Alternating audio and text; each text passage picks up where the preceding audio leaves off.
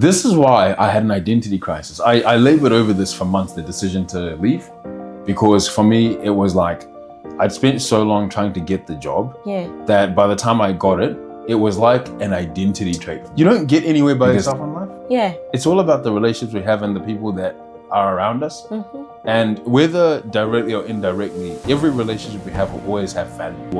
And growing up, it meant that it wasn't easy for people to make me feel bad because of racism. Because of your I'm like, my dad told me we're cool. So sometimes you don't realize how much you know or how much you've learned until you step outside of it.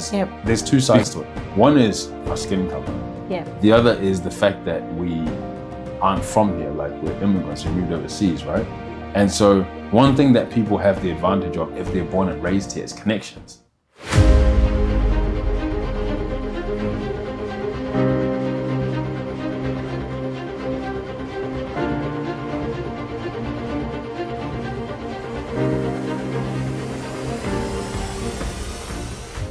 Hello and welcome to Building Legacy with Nachie, a podcast where we dive into deep, genuine conversations with inspiring people who have chosen to live fully, die empty, and leave a legacy worth celebrating.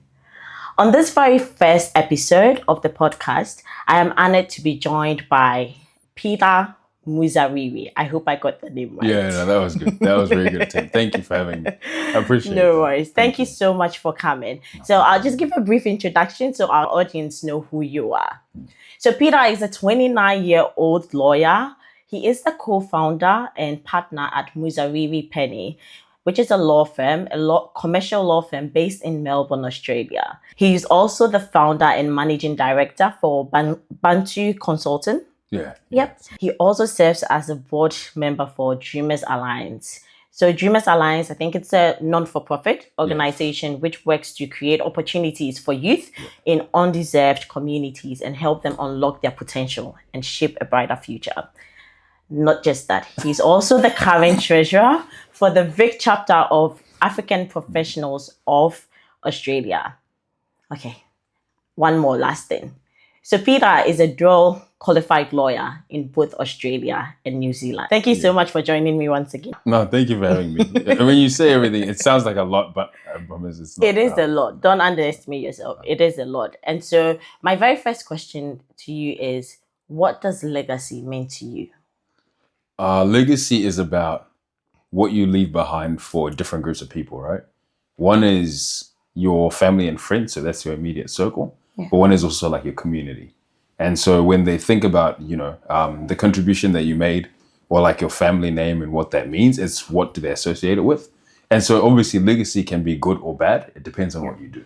Yeah. So I think it's about what people remember you for after you're not here. Yeah. So what would you like to be remembered for? For passion and purpose. I think one thing that I've really come to appreciate is pursuing your passion or what you think is your purpose, right? And just chasing after that and using that, but as a second step, using that to be the way that I contribute. And so when I'm thinking about the types of things I want to get involved in, like for example, I'm passionate about being a lawyer. I really enjoy it. I love it.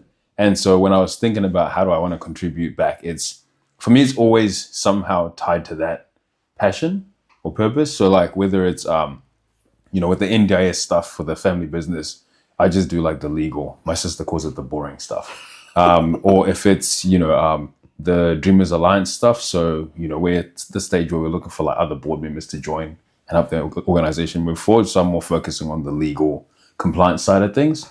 And there's other sort of community things I want to get into like in the future. But for me, they always stem from my fundamental purpose and passion, which is practicing law. Yeah. So I think, Have you always known that you wanted to be a lawyer? Was it like a childhood dream? Not, I think I didn't know that that's how it would manifest, but I think the circumstances pushed me towards it. And so I remember because in Zimbabwe, politics and the economy has always been a big thing. And so I grew up just always sort of being mindful of this whole thing about politics, the economy and legal stuff and just how those things operate, right? And the government and all of that. And so then when I got into my teenage years, I was thinking about the subjects I was good at school. So I enjoyed things like history and English, economics, all of those subjects. I couldn't do maths and science to save my life. I couldn't do it. And so when I sort of just reflected back on what I enjoyed in terms of people as well, because I always found since I was quite young, I'd talk to people about their problems all the time. And then I'd have like a lot of friends and stuff would come to me for advice about random things. And so when I really looked at the things that I wanted to do at university, it came down to two things. It was either law or psychology. Okay. So those were sort of the two that I found aligned a lot with my interests. And then so I picked law because it just won me over. And in terms of that, becoming a lawyer and contributing in terms of like society and all of that. Yeah. Yeah. All right. So you mentioned something about your childhood. So let's go back to young Peter. Where did young Peter grow up? What's the story behind Peter? So I was born in Zimbabwe. Okay. It's in a small town called Bindura. It's about 80 k's from Harare, the capital, which most people tend to know better. So that's where I grew up. And then when I was about 7, that's when we moved to New Zealand.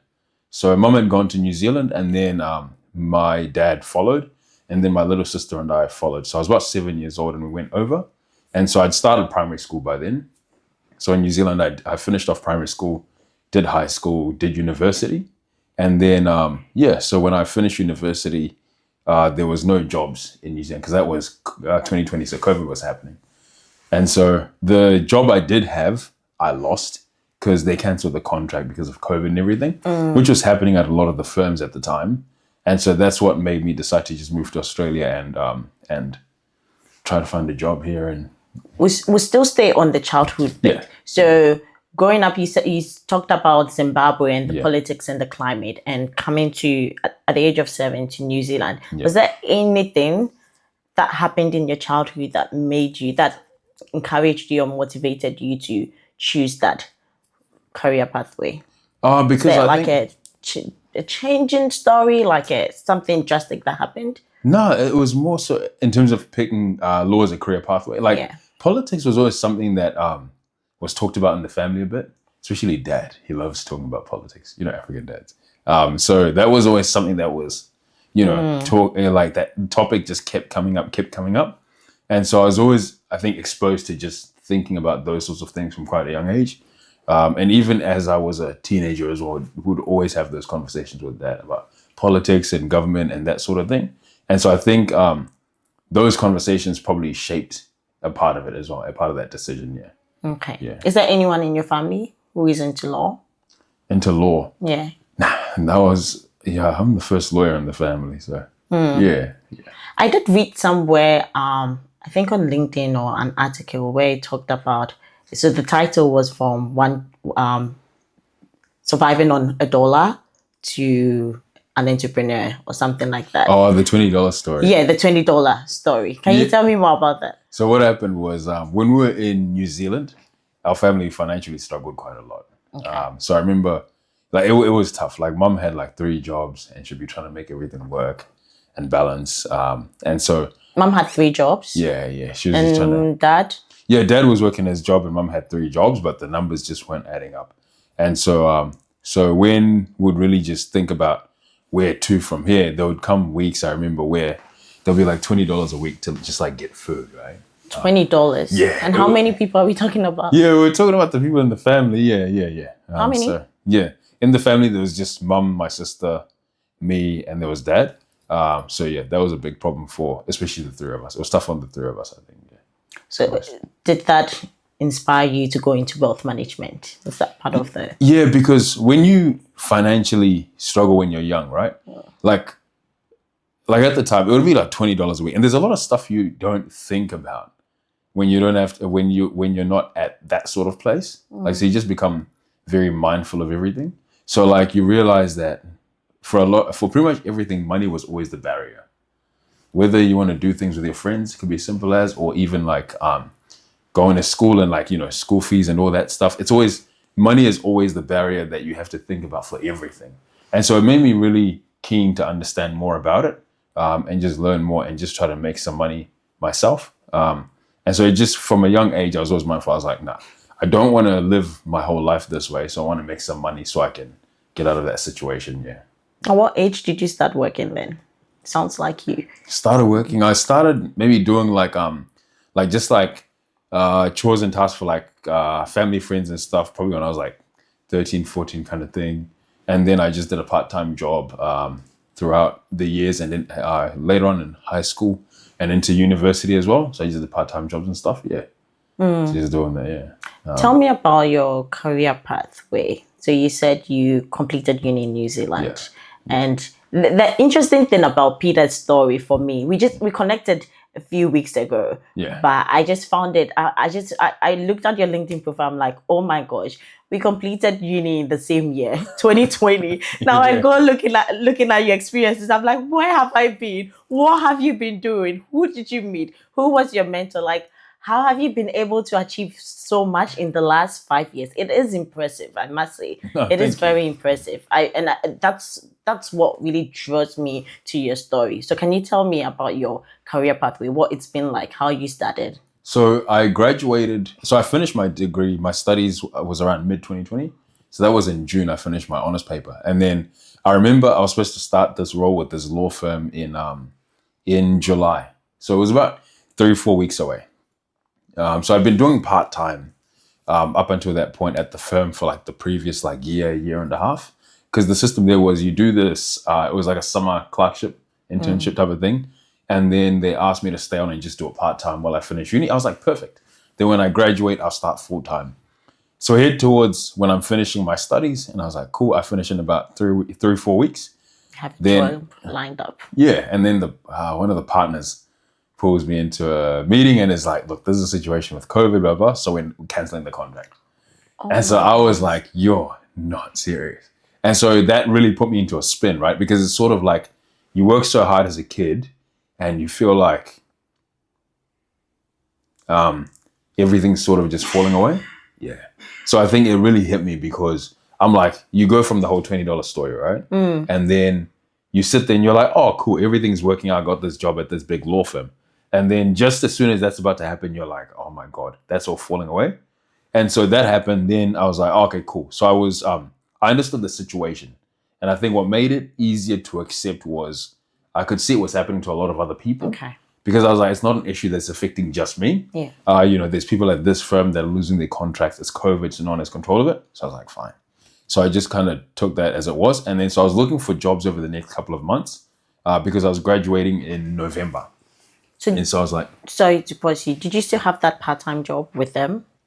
Were you still able to keep it? No, or you lost everything? That's when it all stopped. Oh, wow. Yeah, so it all just stopped at that point. And then I just had to figure out what to do next. And so I was like, graduation is in November. So I'll see if I can find a job before then. Because my little sister had moved to Australia a few years before for university. And mum was already here as well from, I think, 2011 or something. And so I thought if I can't find a job by the time I have to graduate in November, then I'll just move to Australia and just see if I can get a job there. Couldn't find anything. And then so I just decided, you know what, let me get my 3 suitcases and move. So then I just got my stuff and then I came to Australia. And then so I spent my first month with Mum in Alice Springs because I was staying with her looking for a job. And then I got my first job actually at Deloitte in Melbourne in their tax team. So I was there for a couple of months, but then it wasn't a legal team because I really wanted to practice law. And so I was like, nah, I need to find a law firm job. Which year is this? This is 2021. So this is early 2021. Okay. So I'd moved to Australia 30 November 2020, spent December with my mum in Alice Springs looking for a job. And then I started Deloitte, I think it was end of Jan 2021. And then I was like, I want to join a law firm and actually practice law because I enjoyed the tax stuff at Deloitte, but it wasn't a legal role. Yeah. So I wanted to start accumulating that legal experience as well. And so when I was looking at the jobs in Melbourne at the time, there wasn't a lot coming up for graduates at that point. Not quite sure why. I think maybe it might have been to do with COVID and the effects of, like the long lockdown and uncertainty and everything. That's interesting because you think Melbourne is like the hub for so many company headquarters. Yeah. So I was surprised because I really wanted to stay here. And so I was looking and the jobs just weren't coming up, but I saw that there were opportunities in Sydney. And then so I had another moving dilemma. So I was like, okay, do I stay in Melbourne and keep looking for my first job? Or do I just go to Sydney? And then eventually if I find a job that I'm keen on back in Melbourne, I move back. So I thought, better to just get started and start practicing and just go to Sydney. And then if I find the right job I want to move back for eventually, then I can do it, right? Because at the end of the day, Sydney, I didn't have any family there or really know anybody there, that kind of thing. Did you have family in Melbourne? Yeah, I was with my little sister here. Yeah. Okay. Yeah, she was here, had some family friends that were known for a long time, and there was more of like a Zim community here as well. So there's quite a few people that we knew. So I felt just a bit more at home and comfortable here. But I was like, you know what? Just think bigger picture. It's fine. So I moved to Sydney and started my first legal role there, doing corporate commercial law at this firm in the city called Cornwalls. Okay. The team that I worked with there, they were really good. I really appreciated the partners. But then it was probably like 7-8 months in that I got offered a job at Arnold Bloch Liebler, and I took that job. Some could say I left my previous job too early. But the thing was, for me, I'd been trying to apply to that firm for about 3 or 4 years. Oh, wow. Yeah, I've been trying to apply for a long time. And so when I got the opportunity, I was like, there's no way I'm not taking it. Even while you were in New Zealand? Yeah. Okay, so you were applying for that job in Australia, or they had a branch in New Zealand? No, so I started applying for it when I was in New Zealand at uni. So it's one of those things that makes me look back and just realize you never really know where things go, right? Because in New Zealand, what had happened was I had this job at this law firm, and I knew that eventually I would move to Australia one day. So typically my track was, because mum was already here, my sister was moving to Australia. I was like, okay, maybe I'll work for a couple of years in New Zealand and then move. That's what I thought I'd probably do. And so I was sort of open and keeping my mind open to understanding more about the law firms here, because eventually I want to make that move. And so I remember speaking to this counselor at the law school, careers counselor, careers coach type of thing. And then so I would ask her, which of the law firms in Australia can work at all of this? And she'd tell me some names. She'd be like, there's Gilbert and Tobin, Free Hills, ABL. And I said, tell me more about ABL. And then what drew you to ABL? I don't know. It's the way she described it. So one thing that stuck out for me was she said that it's a firm that's it's smaller than the big firms like Free Hills and stuff. But I'll never forget, she said they punch well above their weight. That's what she said. And so I always remember that. And so I was like, okay, so I like the feel of this place. That's my kind of vibe. And so I don't know why. I was just instantly attracted to it, and I learned more about them. And I was like, yeah, they seem like they're very heavy hitters, and everything I read about them online, like they had a very good reputation for the work they do and excellence and everything. And so I was like, that's the kind of environment that I'd love to be in. And so then, interestingly enough, a mate of mine at law school got a job there. And then so I remember she got her offer.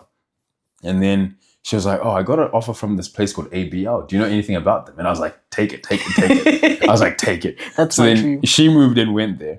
And so throughout this process, ever since I learned about them, I would just submit random applications for clerkships or whatever, just be trying. So I think the first time I probably applied there was maybe late 2018, early 2019. So you were willing to relocate to Australia to just do a clerkship and go back to New Zealand? Yeah, I was willing to do whatever. Oh, wow. I was willing to do whatever because I didn't want laziness or not taking the opportunity to ever be a reason for failure, right? So I was willing to do whatever I had to do. And so I'd apply for those things. And so I actually saved a folder on my laptop that's got screenshots of the applications I sent to them. This is me being a nerd, but whatever. How many applications did you? I think it was 4 or 5. Oh, wow. Across those years. Yeah. And I finally got the job offer March 2022. From 2018 to 2022. 2018, 2019, that period. And then I finally got offered the job Feb 2022 to start in March when I was at the Sydney firm. A grad role? Yeah, it was to join the grad cohort. Yeah. Wow. So I was already admitted as a lawyer by then. But what they said was, look, we have a good training program in the firm. So would you be open to starting with us even though you're admitted, would you be open to, you'd still be called a lawyer, but would you be open to joining our grad cohort? And I was just in love with this place. I was like, yeah, cool, I'll do it. And so you can imagine, after spending so many years trying to apply, when I finally got the offer, I was like, no, there's nothing that can talk me out of this. And so it was funny because I was thinking about when I started, I was like, when HR sees me, she's probably going to panic and be like, how did he get here? Because did they recognize you during the interview? How many interviews had you secured? So when I was doing all the applications over the years, I got no interviews. Oh. And then I started working at the firm in Sydney. I got an interview, and then did the first interview with HR, second interview with the partners, another interview with the partners, got the offer. So the process went smoothly. Except what was funny, I thought, was the person who interviewed me when I finally got the role was a different HR person from the one I'd been emailing all these years. It was another member of the HR team. And so I remember that, I remember her, and I'd email her, hey, are there any roles at the moment? Every couple of months or whatever it was, just annoying her. And so when I finally got the job at ABR, I was like, when she sees me in the office, she's going to be like, what? Was she still there? I was like, yeah, she was still there. So I was like, hey. And she was like, Peter. I made it. Like, yeah. So it was just a funny moment. But yeah, so by the time I got offered that job, there was nothing that was going to convince me not to take it because I'd spent so long wanting it. Yeah. And so I took the job there, and I was with them for about 19 months doing banking and finance work. So that's where we got into property finance. So like a lot of the clients were like non-bank lenders. And so they would just be lending money to like property developers to do their projects. Like individuals? So they were like corporate property developers, like companies that were doing developments. Like, for example, if they're loaning money for like apartments or building a hotel or buying land to subdivide and do a project, those kind of things. Yeah. So they were lending money on those deals. So it was anywhere from like $5 million to like maybe 120, $130 million. Oh, wow. I remember there was one crazy deal we did, which was like 950 million bucks or something. I was very junior at the time, but I just remember that was a massive task. So that's where I was for about 18, 19 months. So I learned a lot there, and then I finished up over there. And then I joined a family office, which is like an investment company for a wealthy family. So it was for this wealthy... Sorry? Can I take you back to ABL? Yeah. Why did you leave after 18, 19? It was just that I think I'd learned a lot there, but I think the environment was not one where I thought I was best suited for long term in terms of like how I operate and learning and development wise and everything. Like I'd learned a lot, but I just got to a point where I sort of thought, it might just not be the best environment for me. Yeah. And I think I was just like, yeah, let me just walk away and try something else. Yeah. Even after almost 4 years of trying to get this role. This is why I had an identity crisis. I labored over this for months, the decision to leave, because for me, it was like, I'd spent so long trying to get the job that by the time I got it, it was like an identity trait for me. Because to me, it was like my highest achievement in life so far, because I'd worked so hard to get it. And I finally get it. So it was like my crowning accomplishment, whatever, so to speak. And so when I even thought about the concept of leaving, right, being like, oh, this might not be in the environment for me, it was very confronting because it became an identity issue to the point where like my best friend Sol, who I run the business with, he'll tell you how many talks me and him had where he had to help me understand, if you leave your job, we're all still going to love you. Like, it doesn't mean you failed. Because I had that sort of idea, because I built it up so much that I thought if I walk away, I'm a failure. So that was really confronting. Yeah. So that's something that you also have to deal with, is sometimes when you build something up in your mind, or like you really look forward to it, if it doesn't meet your expectations, or for whatever reason you realize it's not the path you want to go down forever, it will be confronting when you decide to leave, because you're like, I worked so hard to get this. I thought this would be everything that I want, but something about it is not. And then so now you're like, what do I do next? Right? And so, yeah, that was very confronting, trying to figure that out. Yeah. So did you find a job before leaving? Or Nah. When I left, I didn't have a job. I remember when I was leaving, and I told the partners, I've decided, thank you for the time here, but I've decided to leave and find another opportunity. Of course, the question comes up, where are you going? And I was like, I don't know. They're like, have you got a new role? I was like, no. They're like, so what are you going to do? I was like, I don't know. I'll figure it out. So, yeah. A few people thought, they thought that wasn't the. So did you have a plan? I had a sort of. I was at the point where, like, I knew I really wanted to go more into that space of finance and lending and stuff like that. And so my plan was, I didn't even know if I want to keep practicing law. I contemplated leaving law entirely. That's the other part. Because it just felt like maybe it wasn't what you wanted?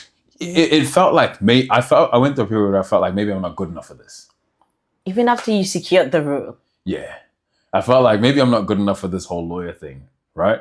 And so I really contemplated maybe I'm better off doing something non-law. And so I spent about 2 months trying to figure out what to do and applying for different jobs and stuff like that. And then, Which were not legally related. Yeah. Why? Yeah. What happened? Like, what Like, made you feel that way? It's the environment was great for learning, but it was a very tough environment, right? In terms of, because corporate law and stuff is not easy. Like in terms of like the hours, the stress, and all of those sorts of things, it's not an easy environment, no matter which place you go. So it's not made for everybody, right? And so it's just about also when you reflect on things, like I try to make decisions that somehow can align with what I want to do for myself, not only professionally but also personally long term. Okay. And so, for example, one big thing about it was hours and stuff, right? Because in commercial law, you work very long hours. And so sometimes you don't always get to have the best work-life balance. But when I thought about the concept of family in the future, like getting married and having kids, I was like, I don't know if this is how I want to operate, right? Because I don't know if I want to live the life where work takes me away from my wife and kids so much, right? How old were you when you were at that job? At that job, I started in March 2022. So I would have been 25. And you were thinking future, like thinking ahead, like yeah, you always have to think ahead. You can't think about just where you are. what sparked that thought, that like thinking about family? Like, I don't want to be like this with my family. I want to be present for my family. Did it come from something that you experienced? Yeah, so like my parents, they split up when I was young, so they didn't have a great relationship. And so one thing that I had wanted more from my own father was presence. Right. And also the other thing, and also from my mum in a sense, because like I said, mum was working like 3 jobs and that was to help us stay afloat. Right. Even when dad was present. Yeah, she was. And so one consequence of her working so many jobs was that she'd be at work or very tired from the shift and all of that. And so one thing I really wanted from my own life was to be able to have time for presence in terms of wife and kids. Because I wish I had more of that from my own parents, like more time with us, right? And so that's where I was thinking about, like, oh, you know, if I keep working this job or this environment where it's very long hours, then I'm going to miss out on time with my wife and kids. Because you look at certain things in childhood, right? And one of the options you have is to avoid the same thing happening. And so for me, one thing was the whole time away from, family. Yeah, exactly. So that's what pushed me to that, yeah. Let's go back to ABL. I'm very, very curious about the fact that you spent 4 years trying to get this job. You finally get it. Like, no one's pushing you out of the door. Had you finished the grad program by then? Yeah, we'd finished, and then I started my second year at the firm, yeah. Oh my God. So it's probably towards, because I started in March and I left, it was like October, I think, the following year. So it would have been towards the end of the second year. You were excelling. Like, what kind of feedback were you getting? Like, feedback. So it was sort of mixed, right? So it depends on who you'd speak to. Like, certain people I'd work with, they'll be like, yeah, really good, really good. But certain people I'd work with, I'd feel like it's not good enough, right? And sometimes it's not so much feedback is not, a lot of the time people think feedback is someone just telling you something, right? Sometimes it's also just like vibes in the environment. Like, you sometimes might feel like there's a standard that you don't know how to meet or something, right? Just because maybe the environment breeds that feeling in you. The other thing that also I struggled with was ABL is a place with very smart people. Very, very, very smart, brilliant lawyers. You didn't think you were as smart as? No, I felt like I wasn't as good at it. Like, is that struggle of feeling like, are you up to the mark, right? Did some part of that feeling had to do with your color? Yeah. Oh, 100%. Okay. 100%. Were you the only black person? At the time I joined, yeah. So at my time at the firm, there was only 3 black people that I was aware of. There was me, and then there was a lady who joined, I think, in my second year in the marketing team. And then there was one guy who joined, actually, like, I only came across, he joined like maybe in my last month or 2. And that's when we came across each other. Also a Zim guy as well. But he was in the Sydney office. So I met him once and I was like, oh, it sucks that got another. Did that not motivate you that finally you're seeing people like you, you're seeing your brothers? But by then I'd sort of checked out already, yeah. Yeah, I already checked out. And so the skin color, I think, contributes to you feeling like you're not good enough in these environments, right? Was that just internally, or did you have external forces also leading you to make that decision? I have experienced racism in my career.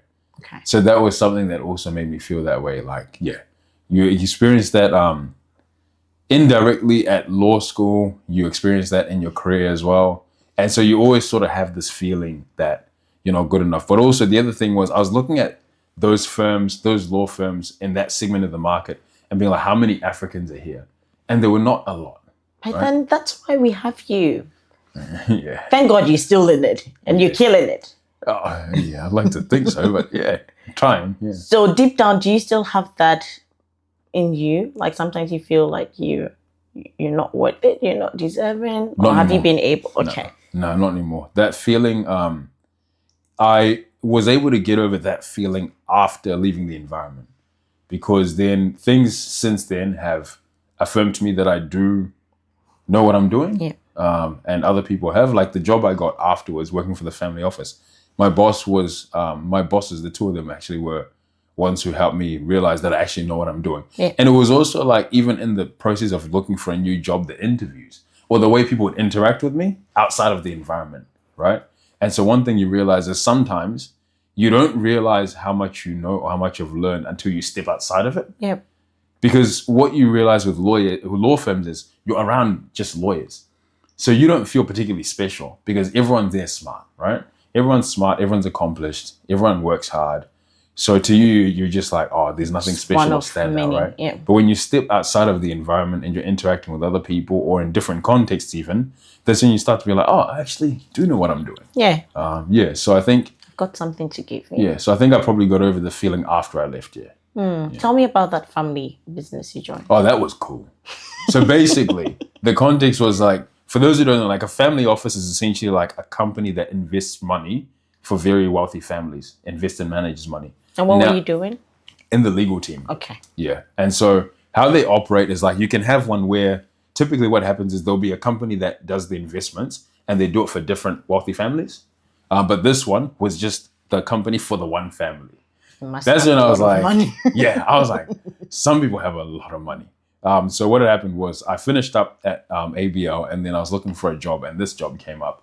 And so one thing that I thought about was, because I was saying I thought about leaving law, the other thought I had was, okay, maybe try something that's not a law firm first before walking away. And so then this job came out at the family office. So it was like an in-house position. And so I joined their legal team and I loved it. It was just like, it opened my mind up to a lot of things, right? Because we're getting to do all sorts of interesting work, like across all their like investments, their property development stuff, whether it's these other type of businesses that they invest money in and just helping them out with legal stuff, or even like estate planning, wealth management stuff. So that's where the wealth management practice came out of, was basically all the things I learned in that family office. Yeah. How long were you there for? I was there for 12 months and then I left.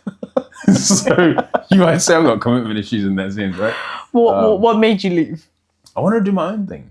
So is that where you made that decision? Yeah. To start your own thing? Yeah, I'd always known I wanted to do my own business, right? Okay. I'd always known that I'd want to do that at some point. From childhood? Yeah, I'd probably say, because I was always into it, right? Like I remember the first time I tried a business, I was like 5-6 years old selling ice sticks in Zimbabwe, right? So what I did was I lived on this street where I knew like a lot of the kids would walk past our house when they're coming from school. So I said to Dad, I was like, Dad, they sell ice sticks for, it was 50 cents. What's ice sticks? Like ice cream? Like frozen ice sticks. So it's like the... Just water? It's sort of like a frozen flavor. They're like these flavored like ice colored. sticks. Yeah. Okay. Yeah, those ones. So there was a lady down the street in Zim who sold them for like 50 cents for each one. So she would sell them for 500 and they were $250. I remember asking Dad to buy them for me. I was like, Dad, can you get me these? I want to start a business selling ice sticks. Dad, bless him, decided to do it. So then I set up my little store at the front gate outside the house. At the age of 5 years? I was like 5, 6, because when we left Zim, I was 7. So I was about 6 maybe, somewhere there, 6 something. At 6 years? Yeah, I just set up the front gate of the house and then just set up my little store selling ice sticks. So I'd wait because I knew after school people would be walking past. Did you not go to school? Yeah, I did go to school. Yeah. So what time did you come? What? Yeah, and if you ask my dad, he remember that period. I was like, yeah, okay, cool. So I was interested in money and things like that since a young age. And also my grandfather, he was very much into like he was someone who played a big role in my life, and in terms of in terms of just stature and doing things in business and that sort of stuff, because he was inclined that way. So I used to look up to him when I was a kid. So I'd always sort of had that feeling that I want to do my own business eventually.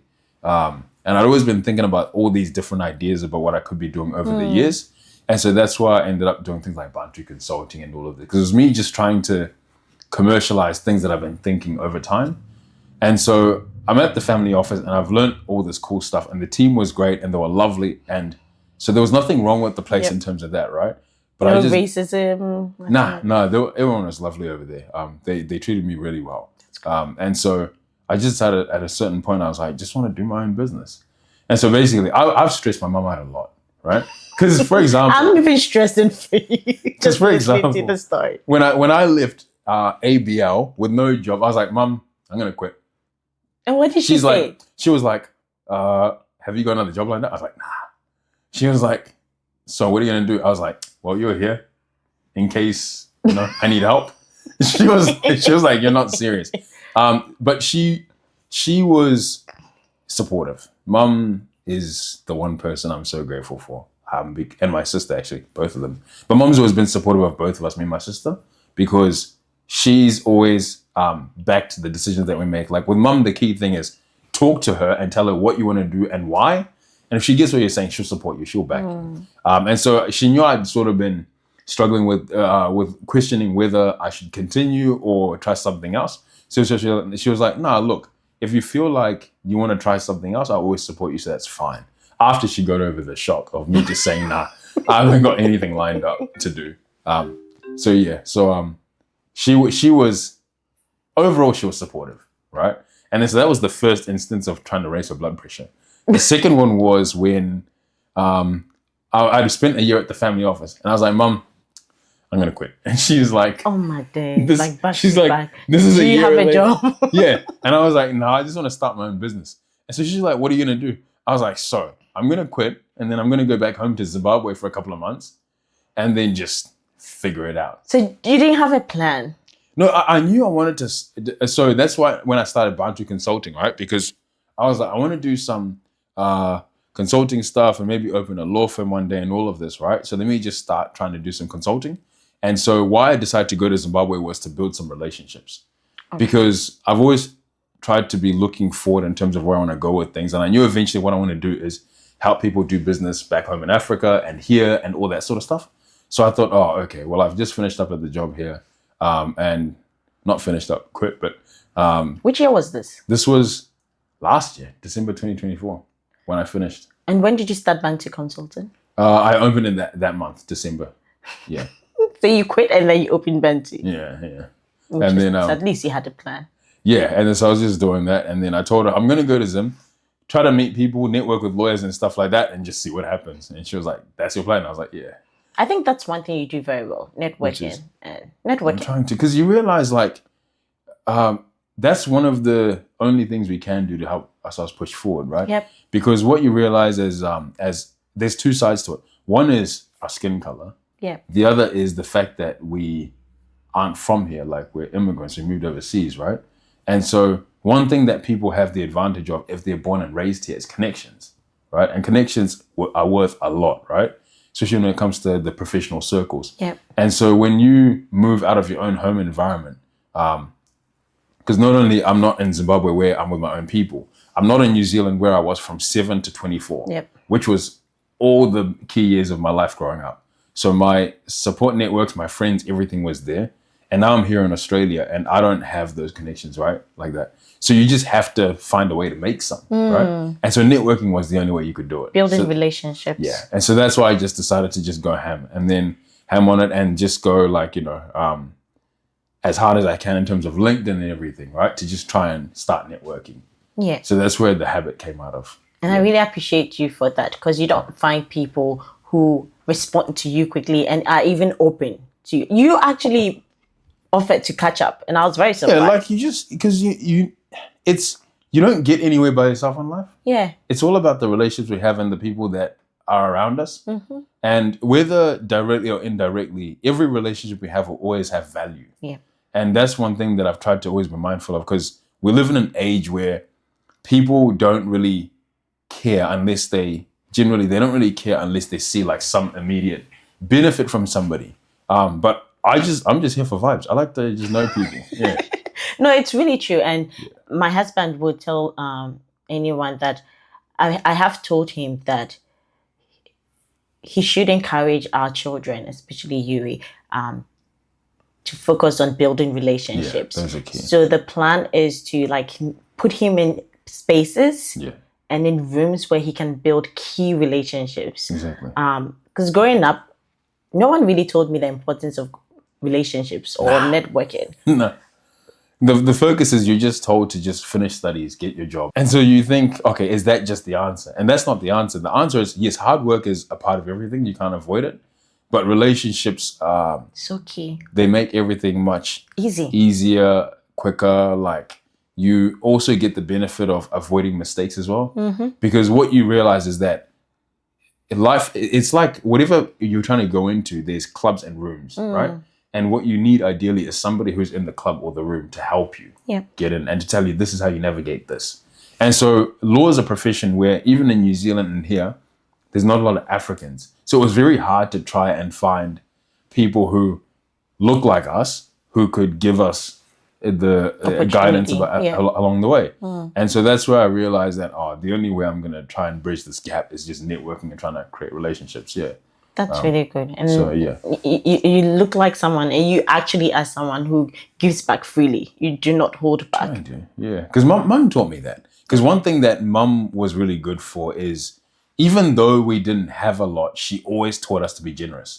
Whether financially or with time, things like that. She just always taught us, be generous with what you have. Because there'll always be somebody, for example, who might have less than you, right? Or especially like how to treat people and just be nice to them and open and, just treat everyone well. She really taught us that stuff well. So I credit her with a lot of that, actually. Yeah. Yeah, I appreciate you. Really appreciate you for that. I want to take you back so mum left New Zealand in 2011. Yeah. Your sister left a few years ago. Are you older than your sister? Yeah. Your sister left in 2018. Yeah. So 2011 to 2018, you and your sister, who were you living with? Dad. We're staying with Dad in New Zealand, yeah. Okay. Yeah. So your sister left and then it was just you and your dad. Yeah. Then. Yeah, so it was just me and Dad for about 3 years, I think, when my sister was at uni, yeah. Okay. So I moved over. Did that sort of spark anything, like these traits that you have, the courage to make quick decisions and leave, like those strategies that you've implemented in your adulthood? Would you relate it to having to leave out and make certain decisions on your own because mum wasn't around? Yeah, because when mum left, right? So you could always call her and stuff, but you sort of had to just try and figure it out as you're growing up, right? Because I'm like, okay, so at this point I'm 15. My little sister, she's 12. And so I'm trying to like navigate life at this point and also like be a little brother and all of this to my little sister. And so you just have to learn to like grow up really fast, right? And so you just have to take responsibility for whatever. And that was something my parents always taught me from a young age was you have to look after your sister and you're responsible for her. So I'd always had to have that in mind as well in everything I'm doing. And so it forces you, like I was saying, to just be decisive about things, make decisions, everything. But also I think it was just the situation just forced it really. Yeah. Because I'm like, there's no jobs in New Zealand. I've tried to apply. I can't find anything. May as well just move. What's the worst that can happen? And I think the whole background, I think, serves as sort of the baseline in terms of it's given me perspective. Like growing up without having money and having those struggles gave me perspective that it can't get that bad, right? And so that's what I've always used to push myself as like, well, at the end of the day, if we're at $20 a week, you'll be fine. So that's how I talk to myself. So I'm like, no matter how bad things get, I always remember what it used to be like back then. So I'm like, no, whatever happens now, you can figure it out because you're not in the same environment you were back then. You're not as young as you were, so you've got more control over the situation. And so that's what sort of made me a lot more open to doing things like just taking risk and just doing stuff. Because in the back of my mind, I always knew if we could survive that experience, we can survive anything.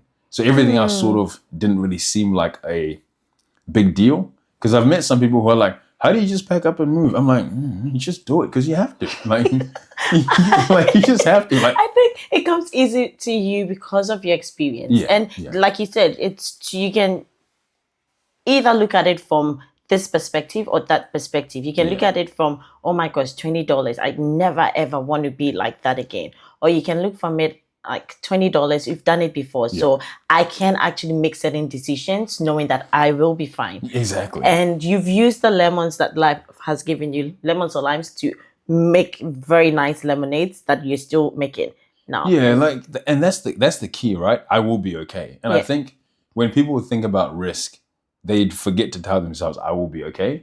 We just think about scary, like, Peter. It is scary, but like most of these things, they aren't going to kill you. It just push you a bit, right?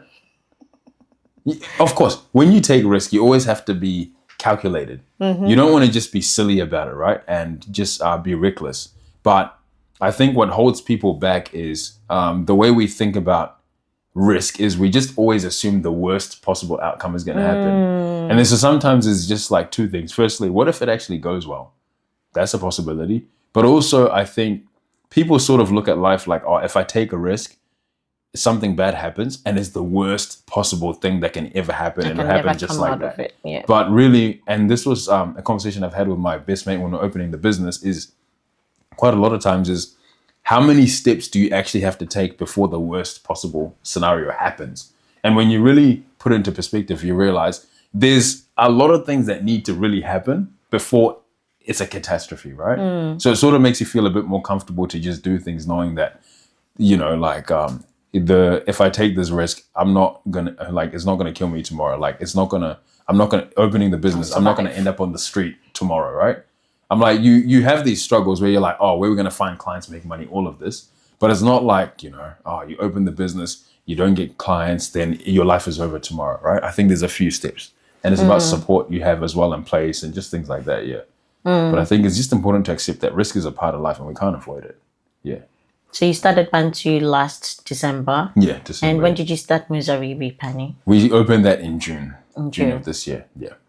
How has that been going? It's been good, actually, and I think you sort of get in two minds about it. And this is what you'll experience if you're anybody who's like you just opened a business, is you have like your logical brain that has perspective, and then you have your emotional brain that panics, right? So I think what's made it easier is that because I'd already left my job in December and went to Zim and started networking with people and everything, that helped with the law firm. How long were you in Zim? I was in Zim for about 3 months. Wow. Yeah, I was there for a while. But it was a good time. Yeah, it was a good time. I love being home. So the relationships I was forming there actually came back to help here once we opened the law firm. And it showed me that you really never know the way the world works, right? Like the example that I'm never going to forget is basically, it's a long story, but to make it short, so the place I grew up in New Zealand, living with Dad, there's a guy who worked with Dad because Dad's a mechanic. So there's a guy who worked with him at the workshop, Zim guy. And then when I was in Zim, Dad was just talking to him and he's like, oh, what's happening? He's like, oh, Peter's back home in Zimbabwe. At the moment, he's trying to meet some lawyers and stuff. And the guy was like, oh, let me introduce him to my brother-in-law who's a lawyer over there. And then he introduced me to the brother-in-law. We go catch up and have lunch. And then the brother-in-law was like, oh, if you're here to meet lawyers, you should meet this lady and just go have a chat with her. And then so I basically just cold emailed her and I'm like, hi. I went on the website. I was like, there you are. Hi, my name is Peter. I'm here from Australia trying to network with lawyers. It'll be great to meet you and just have a chat. She was like, cool, come to the office. I went to see her. We just had a chat about stuff. And then I came back. And then turns out that one of her brothers or her cousins is a financial advisor here in Melbourne. Oh, wow. And so through like some other people, someone said to me, they're like, oh, you should talk to this guy Lawson because he said that you met his sister in Zimbabwe. And I was like, oh. And then so I caught up with him and then he was like, yeah, that was my sister. And she said, you know, you came to see her and stuff. And then he referred a client to us. The power of networking. Yeah. And so in my mind, I was like, okay, from this conversation that Dad had with his friend in Zimbabwe to going there and then connecting with this person and then getting referred a client here when we opened the firm. So it just told me like, you really never know where things come from or what makes things happen. So again, you just always got to talk to people. You never really know what comes of it. Yeah. and take bold steps. I think that's one thing. Yeah. Whenever I speak to you, that's what I get. Like, take bold steps. Be kind. Be generous. Yeah, you have to be nice to everyone in the process. Yeah, you got to be nice to others. It makes the world a better place. Like one thing I learned is that everyone's already having a tough time. Yeah. Don't be the reason it makes it worse. Because everyone has their own struggle that they're going through, even if they don't show it. You don't need to make somebody's day rubbish. No. Did you learn all of these from your mom? Yeah. Sounds like mom is a tough woman. She's tough is one word. Yeah. Yeah, I mean tough. Yeah, on us especially. Yeah. Yeah, tough, loving. Yeah, like, my mom's cool. She's great. Yeah. Yeah. There's just so many things that she taught us, from how you interact with people, how you even business. Because even when I was younger, she would do things like she'd go travel to other countries like Zambia or South Africa and buy stuff and resell. When you were back home? Yeah, when I was growing up in Zimbabwe, and she'd look after chickens and sell, and then she'd be working, teaching. Industrious. So she was always teaching? hustling to get money. She's a teacher, yeah, that's her background. And a businesswoman as well. Yeah, so she's always doing these things to try and get money. So mom's always a hustler. So she's always, so we just observed her doing that. And so you just get used to that as well. And so she's taught us a lot of stuff, yeah. And I credit her for it. Oh, thank you so much, Mom. Yeah. I think you did a great job. Peter has turned out for over. Yeah, and she'll disagree. She'll disagree sometimes, yeah. No, I think you've done amazing way. But tell me about the shift from New Zealand to Australia, because that's another thing that I was looking at when I went through your profile. I'm like, this guy used to be in New Zealand and he's been here for 5 years and he's already opened the law firm. Like, what happened? Like, how is the transition? Like, if you're someone who studied in New Zealand, for anyone out there who would want to know what the transition is like. The transition is actually quite straightforward, because Australia and New Zealand have quite a close relationship. And so they've got this agreement basically, which means that if you're qualified in New Zealand as a lawyer, you can just get admitted and qualified here. You don't need to do extra study. So what I just did was I got admitted in New Zealand, and then I moved over, and basically I just had to submit my documents to the law society, just give them my documents, do a police check, that kind of stuff. And then basically they just process the documents, and then they just give you your admission, and it's fine. So it was actually a very smooth process, in terms of that. And then... You didn't have to do any extra courses? No, it was just submitting some documents and paying the application fee, and that was about it. And what about the process of being called in New Zealand? To the bar there. Yeah. So what you do is you do a course, we call it professional legal training. Yeah, PLC. And so, so we did it for 3 months. So it's like a 3-month course. You do like these modules. If you do it full time, it's 3 months, and then you do these modules and assessments, and then you finish that, and then you just get admitted. So you don't have to do work experience or anything like that. No. New Zealand is like, no, you don't have to. So someone can get admitted without ever having worked in a firm. Is that good or bad? I mean, okay. I think it's good if you have experience. Yeah. Right before you get there, right? I think because I see here, like a lot of people go that route, get the experience, or they might work as a paralegal or something like that at a firm, and that helps them get the job. Yeah. So in New Zealand, you can just study, do the course, get admitted, and then you're like, okay, now I need to find a legal job. So it makes it easier in that sense doing it. Yeah, getting admitted. Yeah. Did you have any mentors growing up? Growing up, I know you spoke about your mom a lot, but did you have like any professional or career mentors? Not really. I didn't really have any until I had a friend, a Congolese guy, a very dear friend, who I started to sort of look to him for some guidance when I was in university, because that's when I started trying to reach out to other like African lawyers, and then I knew of him, and then so we started being quite close, and then it was sort of, but he was really sort of like a friend beforehand, and then he really helped me through those years of university, and then he was my moving counsel when I got admitted as well. In terms of professional mentors, once I started working, I'd say the first actual mentor I had is a Kenyan fella named Victor from Brisbane. He's in Brisbane. Yeah, he's a lawyer over in Brisbane, and he runs it's called Solomon's Legal, and so he used to be a partner at one of the firms over here. And so basically, how that happened was another networking story. I get here to Australia, and then I'm trying to find people, and then I'm on LinkedIn, and I was like, African lawyer. He's been a partner at a big firm, blah, blah, blah. I sent him a LinkedIn message. I was like, hey, just connected with him, and then just started having chats and phone calls. And then we just started chatting about stuff along the way. So mind you, I'd never met this man at this point, right? It was just talking over the phone. And then he actually ended up, even though we'd never met or anything, he actually ended up being one of my references for the Sydney job. Oh, wow. Which I thought was really nice of him. And so then I would check in with him every now and then. We'd chat about stuff. And then I think it was it 2023? That's when I was like, nah, I should take a trip to Brisbane and just go see him and say thank you. So I went to Brisbane and then just caught up with him and they said, thank you for helping me out and stuff like that. Yeah. So he was the first real mentor that I had. Yeah. Do you still keep in touch? Yeah, I bother him every now and then. He knows. Yeah, he knows. That's like, especially, I remember we opened the firm, right? And there's a lot of questions you have. I just call him like, hey man, like, what is this? What am I doing? And he'd just be like, yeah, no, this is what you do. Type of thing. So I bother him every couple of months. I'll just annoy him and be like, hey, what's going on? Yeah. And just call him and yeah. And it's always good to have someone you can fall back to and have exactly. those tough questions and discussions with. Yeah, because I do really think as Africans in certain, like in general, we have a unique journey. Yeah. And it's very hard for other people who aren't from our background to understand what we're going through and the things we have to navigate and how we have to behave, right? Because it's different, right? We've got, in a sense, we've got different expectations. We've got things that we have to be more mindful of than other people. So that's why to me it was really important to have somebody who, because for him, I was like, oh, I see that he's walked the path of where I want to be. He was a lawyer, he was a partner at a good firm, and then he started running his own shop, right? So I was like, okay, cool. So he'd be a good role model to follow, yeah. So that's why I ended up picking him. And yeah, so he's been really supportive.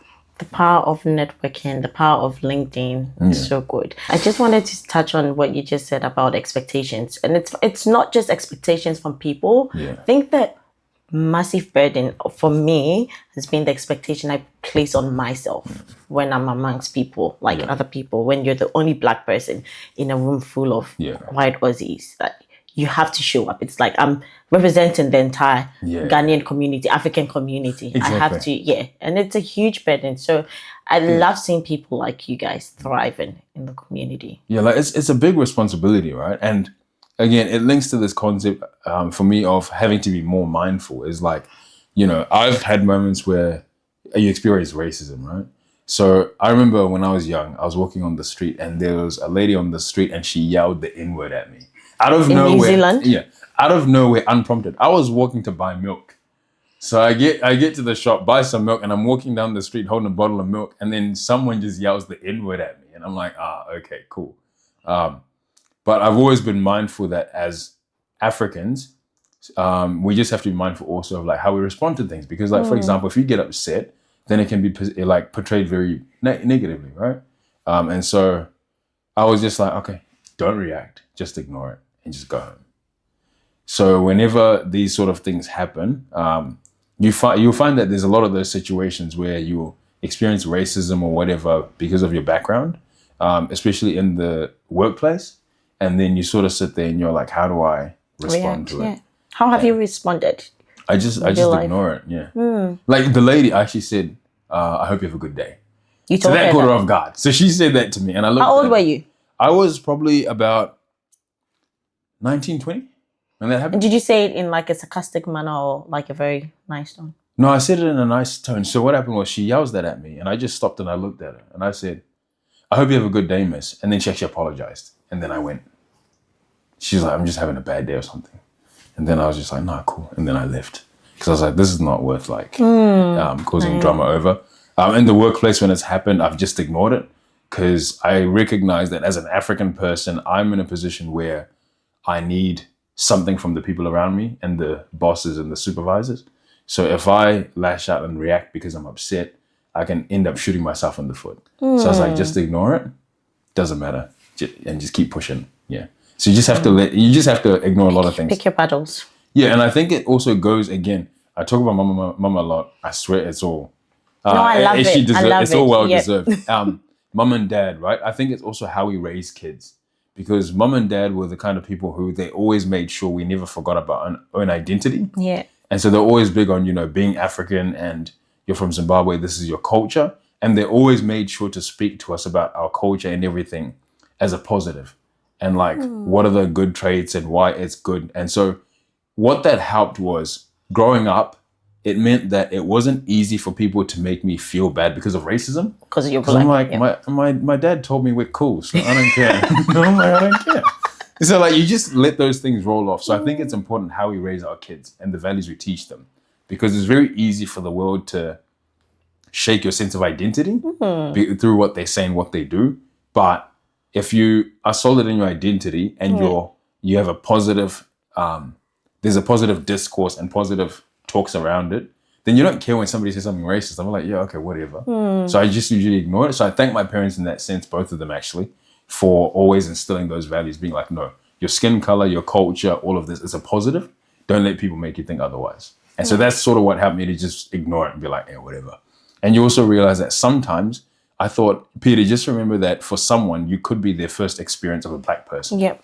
So when you talk about expectations about how you show up, I feel like it's important, because if somebody, let's say somebody has actually never met a black person before and something happens and I react badly, then I risk that that's the image they have of all black people, right?